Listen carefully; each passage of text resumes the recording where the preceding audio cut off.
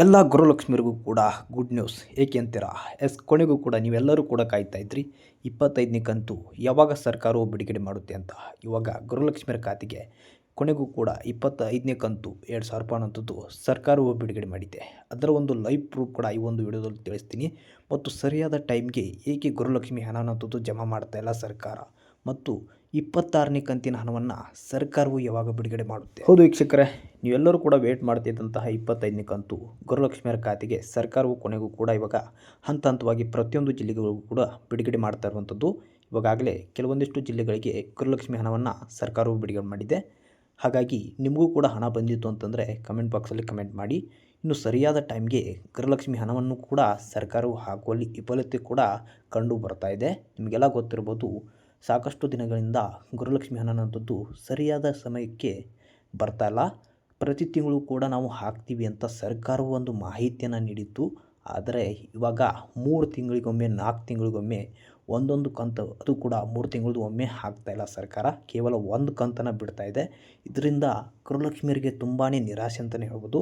ಪ್ರತಿ ತಿಂಗಳು ನಾವು ಹಾಕ್ತೀವಿ ಅಂತ ಸರ್ಕಾರ ಒಂದು ಮಾಹಿತಿಯನ್ನು ಕೊಟ್ಟಿತ್ತು. ಆದರೆ ಆ ಮಾಹಿತಿಯಂತೆ ಇವತ್ತು ಸರ್ಕಾರವು ನಡೆದುಕೊಳ್ತಾ ಇಲ್ಲ ಅಂತಲೇ ಹೇಳ್ಬೋದು.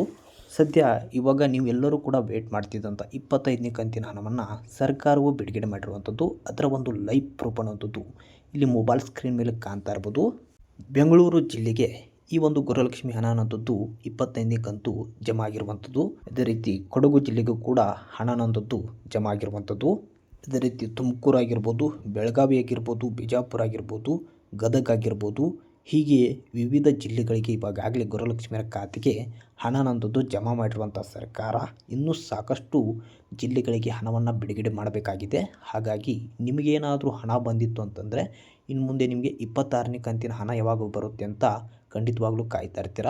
ಇನ್ನು ಯಾರಿಗೆಲ್ಲ ಹಣ ಜಮಾ ಆಗಿಲ್ಲ 25ನೇ ಕಂತು, ನಿಮಗೂ ಕೂಡ ಇನ್ನೂ 2 ದಿನಗಳಲ್ಲಿ ನಿಮ್ಮ ಖಾತೆಗೆ ಈ ಹಣ ಅನ್ನೋಂಥದ್ದು ಜಮಾ ಆಗಲಿದೆ. ಹಾಗಾಗಿ ವೇಟ್ ಮಾಡಿ, ಸ್ವಲ್ಪ ಲೇಟ್ ಆಗುತ್ತೆ. ಹಂತ ಹಂತವಾಗಿ ಪ್ರತಿಯೊಂದು ಜಿಲ್ಲೆಗಳಿಗೂ ಕೂಡ ಹಣವನ್ನು ಬಿಡುಗಡೆ ಮಾಡುತ್ತೆ ಸರ್ಕಾರ. ಆದರೆ ಸರಿಯಾದ ಟೈಮ್ಗೆ ಹಣವನ್ನು ಏಕೆ ಹಾಕ್ತಾ ಇಲ್ಲ ಅನ್ನೋದು ಎಲ್ಲ ಗೃಹಲಕ್ಷ್ಮಿಯರು ಕೂಡ ಇವಾಗ ಸರ್ಕಾರದ ವಿರುದ್ಧ ಆಕ್ರೋಶನ ಹೊರಹಾಕ್ತಾ ಇದ್ದೀರಾ. ಸರಿಯಾದ ಟೈಮ್ಗೆ ಹಣ ಅನ್ನೋಂಥದ್ದು ಬರ್ತಾನೆ ಇಲ್ಲ. ಇದರಿಂದ ಸಾಕಷ್ಟು ನಿರಾಸೆ ಕೂಡ ಉಂಟಾಗ್ತಾ ಇದೆ. ಇನ್ನು ಮುಂದಿನ ಎಲೆಕ್ಷನಲ್ಲಿ ಕಾಂಗ್ರೆಸ್ ಸರ್ಕಾರಕ್ಕೆ ನಾವು ವೋಟ್ ಹಾಕಬೇಕಾ ಬೇಡವಾ ಅನ್ನೋದು ಎಲ್ಲರೂ ಕೂಡ ಇವಾಗ ಯೋಚನೆ ಮಾಡುವಂತಾಗಿದೆ. ಸರಿಯಾದ ಸಮಯಕ್ಕೆ ಹಣ ಬಂದರೆ ಎಲ್ಲರಿಗೂ ಕೂಡ ಖುಷಿಯಾಗುತ್ತೆ. ಅದೇ ರೀತಿ ಸರ್ಕಾರವು ಕೊಟ್ಟ ಮಾತಿನಂತೆ ನಡೆದುಕೊಳ್ಳುತ್ತದೆ ಅಂತ ಒಂದು ನಂಬಿಕೆ ಕೂಡ ಉಂಟಾಗ್ಬೋದು. ಆದರೆ ಇಲ್ಲಿ ಸರ್ಕಾರ ಭಾಳಷ್ಟು ಮೋಸವನ್ನು ಮಾಡ್ತಾ ಇದೆ ಅಂತಲೇ ಹೇಳ್ಬೋದು. ಜನರಿಗೆ ಕೇವಲ ಯಾವಾಗ ಒಂದು ಕಂತು ಹಾಕಿಬಿಟ್ಟು ನಾವು ಬಿಟ್ಟಿದ್ದೀವಿ ಅಂತ ಒಂದು ಮಾಹಿತಿಯನ್ನು ನೀಡ್ತಾ ಇದೆ ಹೊರತು ಸರಿಯಾದ ಸಮಯಕ್ಕೆ ಒಂದೊಂದು ತಿಂಗಳದ್ದು ನಾವು ಪ್ರತಿ ತಿಂಗಳು ಹಾಕಬೇಕು ಅನ್ನುವಂತಹ ಪರಿಜ್ಞಾನ ಅನ್ನೋಂಥದ್ದು ಸರ್ಕಾರ ಅನ್ನೋಂಥದ್ದು ಇವಾಗ ನಡೆದುಕೊಳ್ತಾ ಇಲ್ಲ ಅಂತಲೇ ಹೇಳ್ಬೋದು. ಏಕೆ ಅಂತಂದರೆ ಸರ್ಕಾರದ ಬಳಿ ಜನರು ಹೇಳ್ತಾ ಇರೋದು ಹಣ ಇಲ್ಲ ಅನ್ನೋಂಥದ್ದು. ಹೀಗಾಗಿ ಸರ್ಕಾರವು ಹಣವನ್ನು ಸರಿಯಾಗಿ ಹಾಕ್ತಾ ಇಲ್ಲ. ಸರ್ಕಾರದ ಬಳಿ ಹಣವೇ ಇಲ್ಲ ಅನ್ನುವಂಥ ಒಂದು ಮಾತು ಅನ್ನುವಂಥದ್ದು ಕೂಡ ಕೇಳಿ ಬರ್ತಾ ಇರುವಂಥದ್ದು. ಮೊದಲ ಬಾರಿಗೆ ಕಾಂಗ್ರೆಸ್ ಸರ್ಕಾರವು ಅಧಿಕಾರಕ್ಕೆ ಬಂದ ನಂತರ ಈ ಒಂದು ಗೃಹಲಕ್ಷ್ಮಿ ಹಣವನ್ನು ಪ್ರತಿ ತಿಂಗಳು ಕೂಡ ಸರಿಯಾದ ಟೈಮ್ಗೆ ಹಾಕ್ತಾ ಬಂದಿತ್ತು. ಇದರಿಂದ ಗೃಹಲಕ್ಷ್ಮಿಯರಿಗೂ ಕೂಡ ತುಂಬ ಖುಷಿಯಾಗಿತ್ತು. ಪ್ರತಿ ತಿಂಗಳು ಕೂಡ 2000 ರೂಪಾಯಿ ಅನ್ನೋಂಥದ್ದು ನಮ್ಮ ಅಕೌಂಟಿಗೆ ಬರ್ತಾ ಇದೆ ಅಂತ ತುಂಬ ಜನರು ಕೂಡ ಸಂಘಗಳಿಗಾಗಿರ್ಬೋದು ಅಥವಾ ಇನ್ನಿತರ ಹಣವನ್ನು ತುಂಬುವಂತಹ ವ್ಯವಸ್ಥೆಯನ್ನು ಕೂಡ ಮಾಡಿಕೊಂಡಿದ್ದರು. ಇದನ್ನೇ ನಂಬಿಕೊಂಡಿದ್ದಂತಹ ಗೃಹಲಕ್ಷ್ಮಿಯರಿಗೆ ಇವಾಗ ಹೊಡೆತ ಬಿದ್ದಿದೆ. ಏಕೆಂತಂದರೆ 3 ತಿಂಗಳಿಗೊಮ್ಮೆ ಹಣ ಜಮಾ ಆತಂತಂದರೆ ನಾವು ಯಾವ ರೀತಿ ಇವಾಗ ಹಣವನ್ನು ನಿಭಾಯಿಸಬೇಕು, ಎಲ್ಲಿ ತುಂಬಬೇಕು, ಯಾವ ರೀತಿ ಸಂಘವನ್ನು ಮಾಡಬೇಕು ಅನ್ನೋಂಥ ಯೋಚನೆಯೂ ಕೂಡ ಮಹಿಳೆಯರಿಗೆ ಉಂಟಾಗಿರುವಂಥದ್ದು. ಇದರಿಂದಾಗಿ ಇವಾಗ ಸಂಘಗಳನ್ನು ಕೂಡ ನಾವು ನಿರ್ಮಾಣ ಮಾಡ್ತೀವಿ ಅಂತ ಸರ್ಕಾರವು ಹೇಳ್ತಾ ಇದೆ. ಆದರೆ ಸರಿಯಾದ ಟೈಮ್ಗೆ ಹಣವನ್ನೇ ಬಿಡುಗಡೆ ಮಾಡಿದ ಸರ್ಕಾರ ಇನ್ನು ಸಂಘಗಳನ್ನು ಓಪನ್ ಮಾಡಿದರೆ ಏನು ಉಪಯೋಗ ಇಲ್ಲ ಅಂತಲೇ ಹೇಳ್ಬೋದು.